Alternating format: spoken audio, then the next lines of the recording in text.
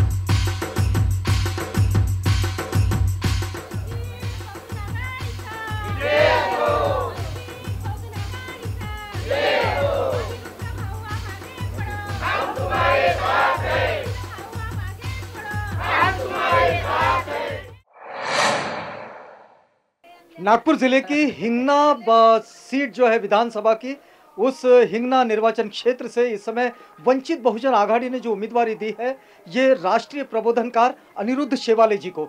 अनिरुद्ध शेवाले जी इस बात के लिए बड़े परिचित है कि वे अपने गीतों से प्रबोधन करते हैं। शेवाले साहब, यह हम समझने का प्रयास कर रहे हैं कि जो लोग आपके गीतों को पसंद करते हैं वे आपको क्यों पसंद करें अपने उम्मीदवार के रूप में। मेरे जो गीत है ये गीत आंदोलन के गीत है और जन जागृति है।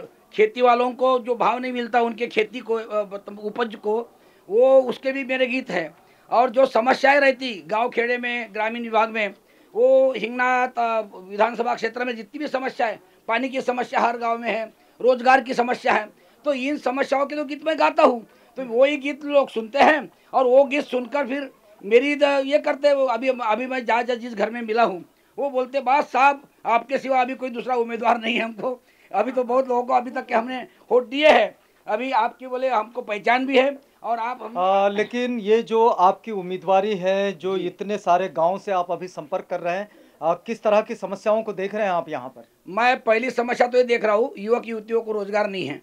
तो इतने दिन तक के व्यवस्था जो बनी है यहाँ पर, जो लोग सत्ता में हैं, तो ऐसे सत्ता में रहने वाले लोगों ने अभी इनको रोजगार क्यों नहीं दिए। तो ये सवाल तो पहले मेरा उनको है, उन लोगों को। तो इसलिए लोग मेरे को वोट देंगे। जो आदमी उनके समस्या के सवाल उठाता है, ऐसे उम्मीदवार को उन्हें वोट देना चाहिए। लेकिन एक बात बड़ी महत्वपूर्ण है कि इस क्षेत्र की जो समस्याएं हैं, आप तो गीत गाते हुए चलते हैं, इस क्षेत्र की समस्याओं से कितने अवगत हैं आप। ये जो गीत गाते मैं जो जागृति करता हूँ समाज की, बस वही जागृति से लोग मेरे ऊपर आकर्षित हो गए हैं। अच्छा। और वो बोलते हैं अभी ये उम्मीदवार के सिवा अपने पास दूसरा कोई उम्मीदवार नहीं है, इनको चुन के भी लाना है, उम्मीदवार उसको आमदार भी बनाना है। तो इनका विधायक जब बनूंगा तो इनकी आवाज़ में वहाँ जाके निकालूंगा ना विधानसभा में। किस तरह के मुद्दों को आप चाहते हैं कि विधानसभा में आवाज़ मिलनी चाहिए। देखिए, हिंगना विधानसभा में बुट्टी बोरी भी आती है। बुट्टी बोरी के कई ऐसे युवक युवतियाँ हैं जिनको रोजगार नहीं है, वो पुणे में जाते हैं उधर में। मैं बोलता हूँ कि तुम्हारी इधर इतनी खाजगी कंपनियाँ आई ना, वो सब खाजगीकरण जो हुआ कंपनी का, तो बुट्टी बोरी में इतनी सारी कंपनी आई तो उनको रोजगार क्यों नहीं युवकों को, ये मेरा सवाल है।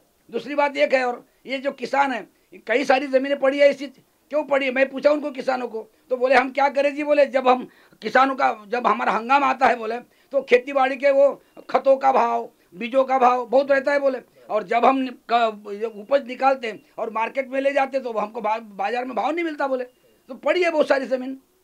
लेकिन अभी तक की स्थिति ये रही है कि वंचित बहुजन आघाड़ी का जो समर्थन रहा उसके आधार पर अकेले अनिरुद्ध शेवाले अगर असेंबली हॉल में पहुंच भी जाए तो वे क्या करने वाले हैं। नहीं तो 100 को एक भारी, मेरा काम जो ऐसा है। मैं तो मैं कई हजारों लोगों ने बोलता है ना, मैं जब प्रोग्राम करता हूँ मेरे सामने कई हजारों लोग बैठते हैं।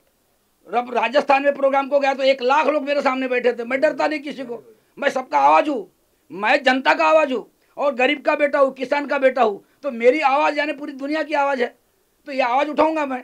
चलिए, इस रैली में आप चल रहे हैं, देखिएगा ये रैली पदयात्रा माहुरझरी गांव में चल रही है। शिवाले साहब, दर्शकों के लिए इस माध्यम से आप क्या कहेंगे? एक शब्द में कहिएगा कि आपको क्यों चुने। दर्शकों को मैं ये बताना चाहता हूँ, आपको आज़ादी चाहिए, गुलामी चाहिए।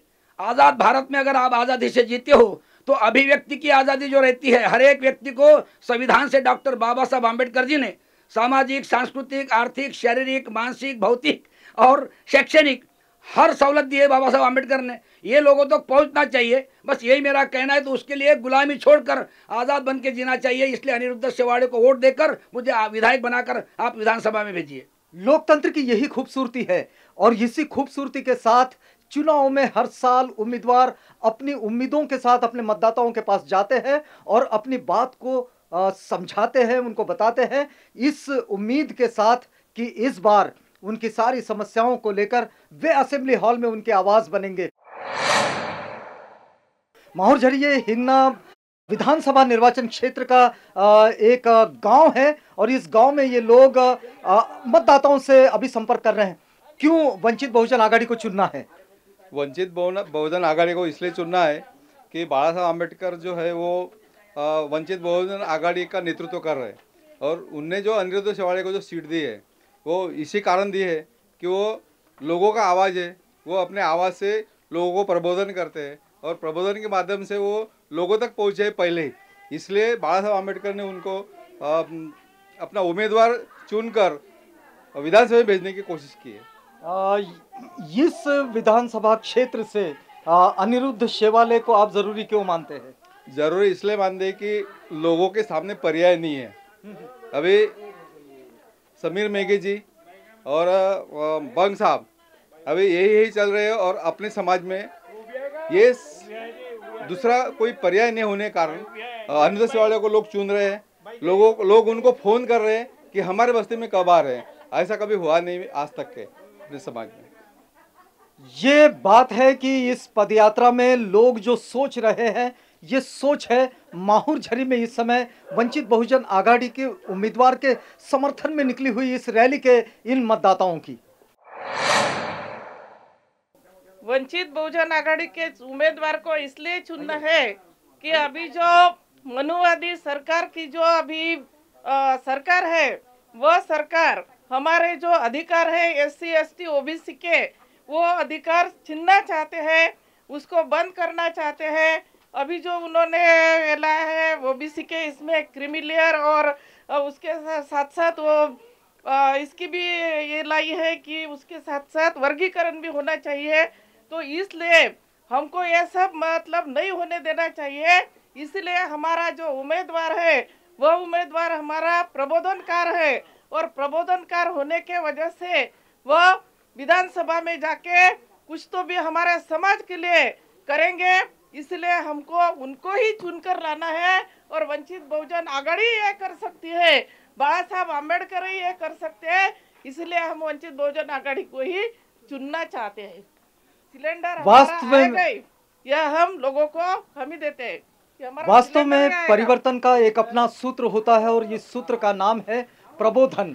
और यहाँ वंचित बहुजन आघाड़ी के जो उम्मीदवार हैं, ये एक राष्ट्रीय प्रबोधनकार के रूप में पूरे देश में परिचित हैं और इस उम्मीदवार के साथ इस समय वंचित बहुजन आघाड़ी हिंगना विधानसभा क्षेत्र में बनी हुई है। आप क्या कहेंगे कि आपके उम्मीदवार को लोगों ने क्यों चुनना चाहिए?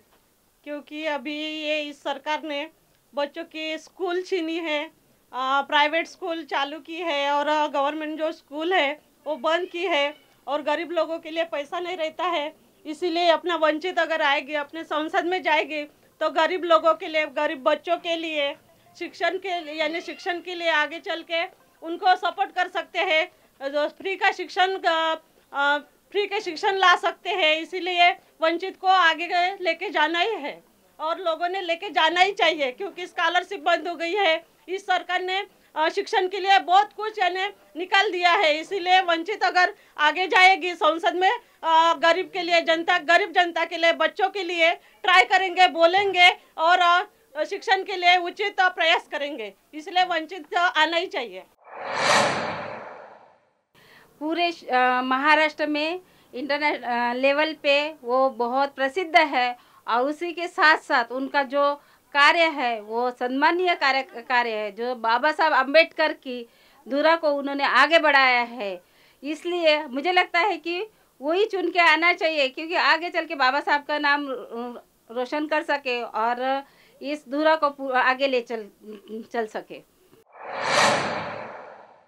हमने आपको इस समय जोड़े रखा है हिंगना निर्वाचन क्षेत्र की इस विधानसभा सीट के साथ, जहां वंचित बहुजन आघाड़ी के उम्मीदवार अपने मतदाताओं से संपर्क कर रहे हैं। अनिरुद्ध शेवाले राष्ट्रीय प्रबोधनकार है।